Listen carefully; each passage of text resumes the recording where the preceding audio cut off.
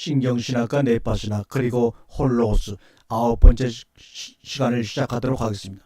오늘은 자아실현이라는 제목을 가지고 깊게 여러분들과 함께 은혜를 나누겠습니다. 우리 인생의 목적은 알파파로부터 출발해서 자아실현, 즉 나를 실현하는 것입니다. 누구든지 자기의 소원을 이루려고 살아갑니다. 예수 믿고 기도하는 것도 내 소원을 이루는 것이고, 공부하는 것도 자신을 위하는 것이고, 자식을 위한다는 것도 사실은 자신을 위한 것입니다. 직장을 다니는 것도 자아실현을 위한 것입니다. 혹시나는 목회를 하는 것도 자아실현의 한 방편이 아닌지요. 사람 인생은 누구든지 알파파에서 출발하는데, 알파파는 반드시 일상생활은 베타파를 통해 올라가게 되어 있습니다. 남편과 자식, 직장이라는 일상생활을 통해서만 알파파가 실현되기 때문에 알파파를 위해서는 직장도 원하고, 남편도 원하고, 자식도 원하고, 명예도 원하고, 권력도 원하고, 돈도 원합니다. 그 자체가 좋아서 하는 것이 아니라 나를 위해 원하는 것입니다. 우리는 자식을 위해 산도하지만 자식에게 공부를 잘하는 것도 나의 자아실현을 위한, 나를 위한 것입니다. 인생은 누구든지 알파파로 시작해서 서 있는 힘을 다해 베타파인 남편과 자식을 밀고 나갑니다. 남편이나 아들을 자기중심으로 밀고 나가서 감마파가 되면 기뻐서 입이 벌어지도록 좋아합니다. 사람은 누구나 다 자기중심인 알파파로 인생을 출발해서 베타파인 자식과 남편 옆에 있는 사람들이 어떠하든 나와 관계를 가지고 감마파로 좋아하고 흥분하기를 원합니다. 나를 좋다고 달라붙는 사람들도 사실은 나보다 자기를 위해 그러는 것입니다. 자기 알파를 중심으로 시작해서 나를 베타파로 이용하면서 자기의 성공과 유익을 위한 자기 감마파를 만들려는 것입니다. 그러면 나는 중간에 들러리 노릇만 하는 것이지요. 아들을 원한다는 것도 아들을 통해 감마파를 원하고 있는 것입니다. 우리가 무슨 일이든지 우리에게서 난 것 같이 생각하여 스스로 만족할 것이 아니니 우리의 만족은 오직 하나님께로서 났느니라고 고린도후서 3장 5절의 말씀을 꼭 기억하시길 바랍니다. 누구도 믿지 않아야 전적으로 하나님을 믿을 수 있기 때문입니다. 그래야 온전히 사람을 사랑할 수가 있습니다. 파이파는 나눠도 끝이 없는 오병이어의 숫자입니다. 하나님을 본 사람은 아무도 없습니다. 하나님을 본 사람은 다 고향에는 죽었습니다. 그러므로 예수 그리스도와 함께 우리가 십자가의 죽음으로 인하여 우리는 내 안에 계신 하나님을 비로소 볼 수 있는 것입니다. 자기보다 높은 사람과 비교해서 자기를 채우려는 것이 비판으로 나오는 것입니다. 주님께서는 우리에게 비판하지 말라고 하셨습니다. 비판한다는 것은 이미 하나님을 의지하는 것이 아니고 스스로 자기를 채우려는 것입니다. 그런데 우리 사람들은 다 너나 할 것 없이 서로 헐뜯고 비판하면서 자기를 찾으려고 합니다. 그래서 사람들은 다 죄인입니다. 성경에 요한일서 1장 8절 10절에 누구든지 스스로 죄 없다 하면 스스로 속이고 하나님을 거짓말하는 자로 만드는 것이라고 했습니다. 또 자기를 채우는 한 가지 방법은 나보다 못한 사람을 억누르는 것입니다. 나보다 못한 사람을 무시하고 누리면 자아가 만들어지는데 이것이 바로 베타파입니다. 자아가 스스로 만족하지 못하니까 자기보다 밑에 있는 것을 눌러서 소위 갑질을 한다고 하는 것입니다. 눌러서 자아를 만드는 것입니다. 이것이 바로 베타 상태입니다. 현대는 얼마나 많은 갑질이 행행되고 있습니다. 또한 을들은 또한 병들을 또한 갑질을 합니다. 베타는 알파를 취하기 위한 것입니다. 사람은 누구나 알파로 살아야 하니까 자기에게 눌릴 베타 상대가 꼭 필요한 것입니다. 모든 사람이 똑같이 살아가면 충만하겠지만 이 세상에는 누군가를 누르고 눌림당할 수밖에 없고 비난하고 반항하고 물어뜯을 수밖에 없습니다. 다 함께 잘 살자고 해도 사람의 알파 욕망은 한없기 때문에 절대로 만족할 수가 없습니다. 교회나 가정이나 직장이나 세상도 다 똑같습니다. 짐승은 어느 정도 욕구가 채워지면 대체로 만족하는데 이놈의 사람은 절대로 스스로 만족함이 없습니다. 그래서 독재자들은 사람을 눌러서 자기 알파를 세우려고 하고 정치가나 목사도 마찬가지입니다. 주님으로 남편을 교정시킨다거나 아내를 고치고 자식을 잘 교육시키겠다고 하지를 마십시오. 우리의 자아는 우리 각자 안에 계시는 하나님의 영원한 충만을 통해서만 만족할 수가 있기 때문입니다. 주님만이 나를 살게 하시고 견디게 하시며 영원한 충만과 만족으로 채워주십니다. 그런데 알파 자아와 예수는 0.5헬 차이로 아주 근접합니다. 우리는 알파파보다 안에 계신 주님을 붙잡아야 합니다. 자아를 붙잡으면 우리 인생 방향이 알파파, 베타파, 감마파를 향하여 나가게 됩니다. 자아를 키우려면 반드시 나를 통해 눌림을 받을 수 있는 상대나 비난할 수 있는 상대가 필요한데, 그것이 바로 베타입니다. 그것이 바로 세상에서 말하는 을이라는 사람들입니다. 대부분 자식을 통해 자아를 세우지만 자식이 없는 사람은 반드시 비난하는 상대나 눌러줄 상대가 필요하므로 강아지라도 옆에 한 마리, 두 마리, 많게는 10마리씩 막 키우는 것입니다. 요즘 강아지가 유행하고 있는 것은 바로 이러한 사람들의 죄의식 때문입니다. 절대로 강아지를 사랑하기 때문이 아닙니다. 그런데 혹자는 강아지를 사랑하기 때문에 하는데 정말로 그럴까요? 사람들이 성경보다 운동이나 정치를 좋아하고 TV나 스마트폰이나 인터넷에 빠져 있는 것은 성경은 은혜를 주기는 하지만 자의식을 주지 않기 때문에 그러는 것입니다. 하지만 신문이나 TV는 다른 사람을 비난하면서 우리의 자아를 세울 수 있기 때문에 그렇게 TV나 스마트폰이나 인터넷을 좋아하는 것입니다. 운동이나 정치, TV, SNS는 전부 상대를 공격함으로 말미암아 자신의 자아를 강화시킵니다. 우리 인생에서는 내 알파보다 주님을 모시는 것이 중요합니다. 내 알파는 나를 채울 상대가 필요하므로 상대를 물어뜯거나 반항하거나 누르거나 나 자신을 드러내려고 그렇게 온갖 힘을 씁니다. 그래서 내 옆에 베타 가족이나 친구들은 알파를 세우고 서로 물어뜯는 영적인 양식들입니다. 이들을 통해 자기의 알파를 세우고 있는 것입니다. 하지만 알파 자체는 죄이며 마귀입니다. 내 속에 우상이 많으면 예수님은 작게 보이다가 전혀 보이지 않게 됩니다. 그래서 나에게 도움이 안 되는 것 같지만 계속 예수 그리스도를 붙잡고 영적 시름을 멈추지 말아야 합니다. 천재는 시간과 공간과 로 되어 있습니다. 시간은 영원 전부터 영원 후까지 흐르고 하늘과 땅이라는 공간이 있습니다. 하늘은 우리 안의 세계를 말하고 땅은 밖의 세계를 말합니다. 우주 만물은 영원 전부터 영원 후까지 계속되는 사건으로 되어 있습니다. 시간과 상관없이 영원 전부터 영원 후까지라는 것입니다. 그래서 4차원의 세계가 존재한다는 것입니다. 예수 그리스도는 어제나 오늘이나 영원토록 동일하시니라. 히브리서 13장 8절의 말씀입니다. 하늘에 있는 것이나 땅에 있는 것이나 다 통일되게 하심이라. 에베소 1장 10절의 말씀입니다. 그러므로 예수 그리스도는 영원 전이나 영원 후가 동일하시고 하늘에 있는 것과 땅에 있는 것을 통일시키시는 분입니다. 사람은 하나님의 형상으로 만들어졌기 때문에 하나님처럼 되려는 본능이 우리 속에 남아 있습니다. 이것 자체가 잘못된 것은 아닙니다. 주님이 우리를 하나님처럼 만드시고 만물 충만을 완성시키신 것입니다. 그러나 아담이 선악과를 먹으면 하나님처럼 된다는 사단의 말을 듣고 선악과를 먹은 것은 방향이 거꾸로 된 것입니다. 우리는 나로 출발하는 이 방향을 바로 잡아야 합니다. 인생을 출발할 때 항상 예수로부터 출발해서 예수로 말미암아 만물이 충만해졌다는 것을 인정하고 기뻐하고 감사하고 감격하시길 바랍니다. 버리는 것이 없어지는 것이 아니라 주님으로 다시 채워집니다. 나라는 알파는 살아있으면서 염려만 물러가라고 하면 다시 오지만 십자가 뒤에 나를 못 받고 주님 밑으로 우리가 들어가면 염려가 오려고 해도 올 수가 없습니다.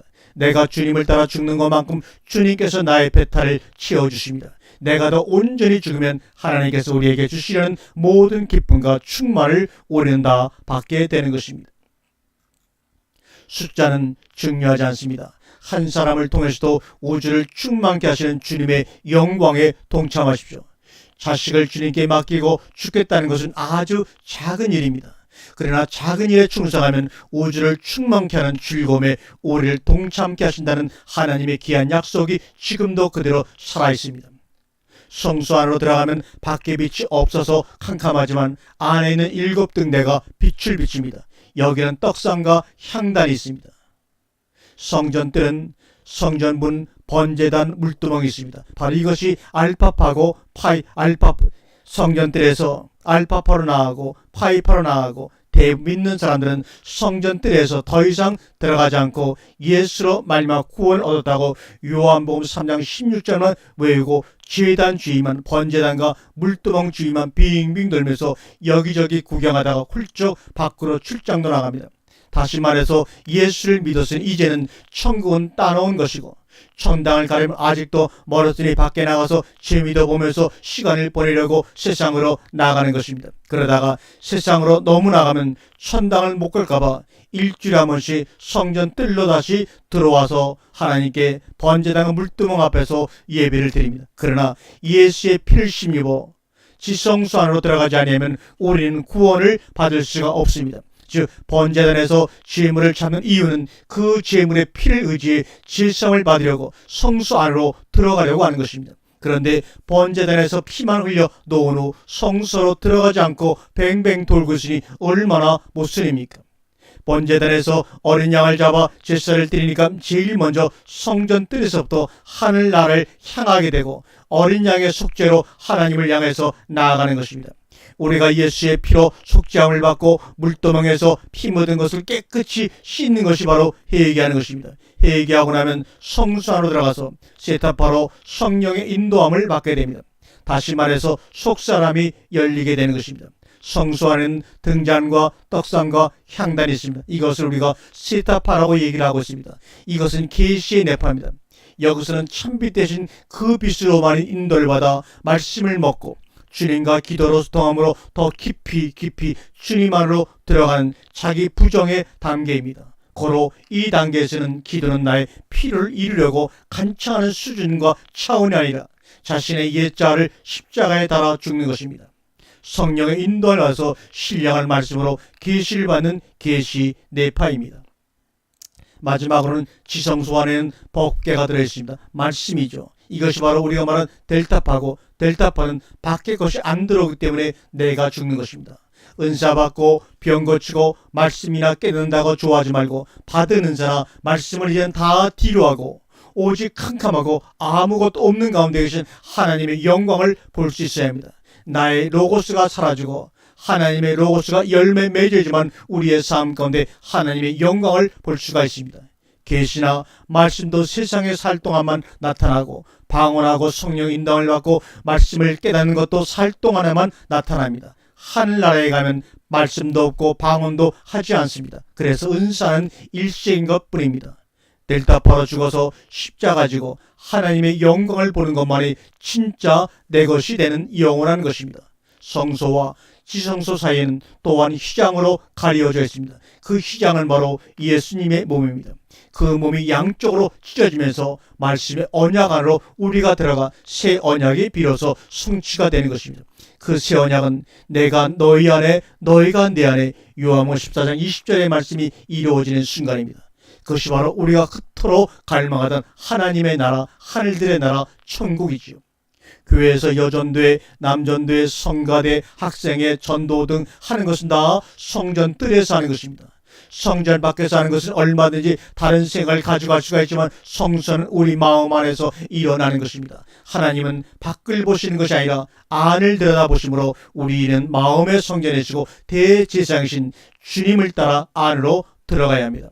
히브리서 10장 19절 말씀을 기억하세요. 예수의 피를 힘입어 성소에 들어갈 담력을 얻었느니 주님의 피로서 우리의 죄를 깨끗게 하시고 하나님의 영광을 볼 수 있도록 하십시오. 그러니까 성전 뜰에서 시간 보내면서 나는 20년 믿었다, 30년 믿었다, 나는 장로다, 목사다, 개척교회 멤버다라고 하지 말고 언제든지 주님을 따라 더 깊고 거룩한 상태로 나아가십시오. 오래 믿는다고 속사람이 저절로 열리거나 저절로 믿음이 자란다는 착각을 하지 마시기를 바랍니다. 잘못하면 오래 믿을수록 겉사람이 더욱더 살찌게 된다는 것을 아십시오.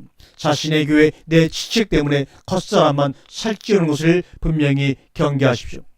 속사람이 열려지는 것은 우리 안에 생명의 빛으로 오신 그리스도를 통해서입니다. 그래서 내 속사람을 비추는 것은 성령님의 빛뿐이요 내 속사람이 빛으로 오신 성령님의 빛을 통해 보입니다. 속사람이 보이기 시작하면 비로소 내 죄가 보입니다. 속사람이 열린다는 것은 죄를 깨닫는다는 뜻입니다. 죄를 깨닫는 것은 예수의 피로 마음의 뿌림을 받아 양심의 악을 깨닫는 것이라고 히브리서 10장 22절에 말씀하고 있지 않습니까? 지혜는 머리로 깨닫거나 알파로 깨달아지는 것이 아닙니다. 알파는 내가 잘났다는 것과 다른 사람의 죄와 허물만 보입니다. 자기가 잘났다는 것을 증명하기 위해 다른 사람의 죄를 보고 다른 사람의 죄는 보지만 자기 죄는 절대로 깨닫지를 못합니다. 그래서 알파파를 좋아하는 사람들, 소위 단전호흡이나 내호흡을 통해서 알파파로 가겠다고 하는 사람들, 명상을 통해서 알파파의 위치에 그대로 머무는 사람들은 마지막에는 미혹으로 끝날 수밖에 없다는 것을 우리는 알게 됩니다. 성령님만이 오셔서 내 죄를 깨닫게 하십니다. 나라는 알파는 믿음을 자라게 하지 못하고 겉사람만 자라게 함으로 말면 우리를 패망의 길로 인도합니다. 우리의 믿음을 자라게 하고 나를 성전 뜰을 통해 성소로 인도하는 분은 오직 주님이십니다. 하지만 내가 하는 것은 세상 밖으로 나가겠다는 뜻이지 절대로 성소로 들어가는 것이 아닙니다. 주님을 위한다고 목사, 선교사 노릇하면서 혹은 교회 짓겠다고 분주하면서 밖으로만 단지 성소로 들어가지 않습니다. 내 죄를 깨달으면 세상 빛이나 세상에서 좋게 보이는 것이 눈에 마음에 들어오지 않습니다. 우리는 죄를 분명히 깨달아야 합니다. 머리로 깨닫는 것이 아니라 양심으로 깨달아서 밖의 것이 보이지 않습니다. 성수와는 캄캄하고 휘장이 막혀서 7 금초대만 비추고 밖의 것이 전혀 들어오지 않습니다. 밖에서 오면 성령의 빛이 아닙니다. 따라서 우리가 성수에 들어가서 주님의 인도함을 따라 성령의 빛으로 내 죄를 깨닫고 그것을 토하고 변화를 받아야만 문제가 해결됩니다. 그것이 바로 참된 회개입니다. 그런데 사람들은 회개를 하지 않고 다른 사람과 자신을 비교하면서 자기 죄를 덮어버립니다. 그리고 떡상이란 무엇입니까? 내 죄를 깨닫고 죄를 고백하면 속에서 영적으로 생명이 역사하는 것을 말합니다. 생명이 역사하면 배가 고파서 먹고 싶어 어찌할 줄을 모르는 상태로 되어버리고 맙니다. 주님께서 내 살은 참된 양식이고 내 피는 참된 음료라고 말씀하셨습니다. 주님의 살과 피가 나의 양식입니다. 우리가 죄를 고백하면 죄를 용서받으면 자꾸만 주님의 말씀이 그리워지고 먹고 싶어 견딜 수가 없어집니다. 여러분은 어떠십니까? 하나님의 말씀만이 나의 양식이기 때문입니다. 말씀이 그리스도이기 때문에 하나님의 말씀에서 주님의 냄새가 나야 합니다. 말씀이 맛있는 것은 주님의 냄새가 나기 때문입니다.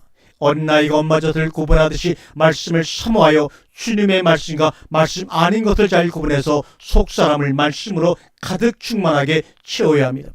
말씀을 먹지 않으면 세상으로 나가게 되지만 말씀을 자꾸 듣고 먹는 것만큼 돈이나 직장을 따라가지 않기 때문에 세상으로 빠지지 않습니다.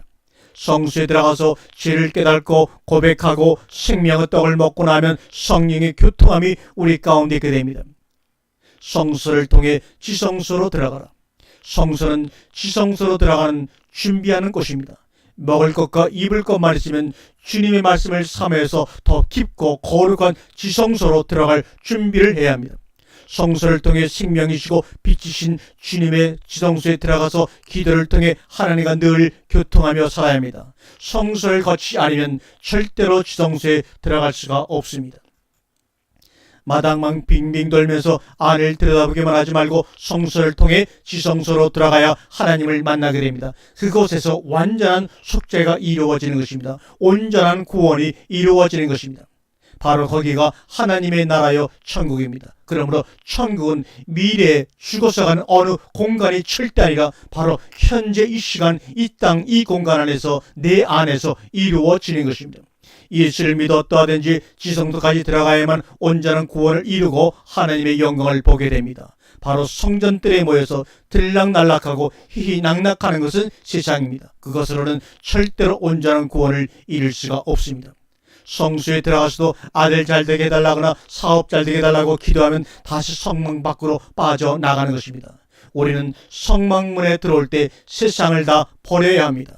성전에 들어와서 하나님 앞에 눈을 감아도 자식밖에 안 보이는 것은 알파가 함께 들어오는 것입니다. 세상은 전부 다 구조로 되어 있기 때문에 세상을 이기는 것은 나를 부인하는 것보다 구조적으로 이겨야 합니다.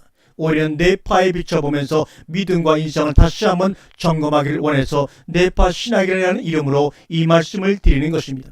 한방과 양방의 다른 점은 구조입니다. 양방은 아픈 곳에 약만 주기 때문에 약이 독이 되어 점점 나빠지만 한방은 몸을 구조적으로 치료합니다.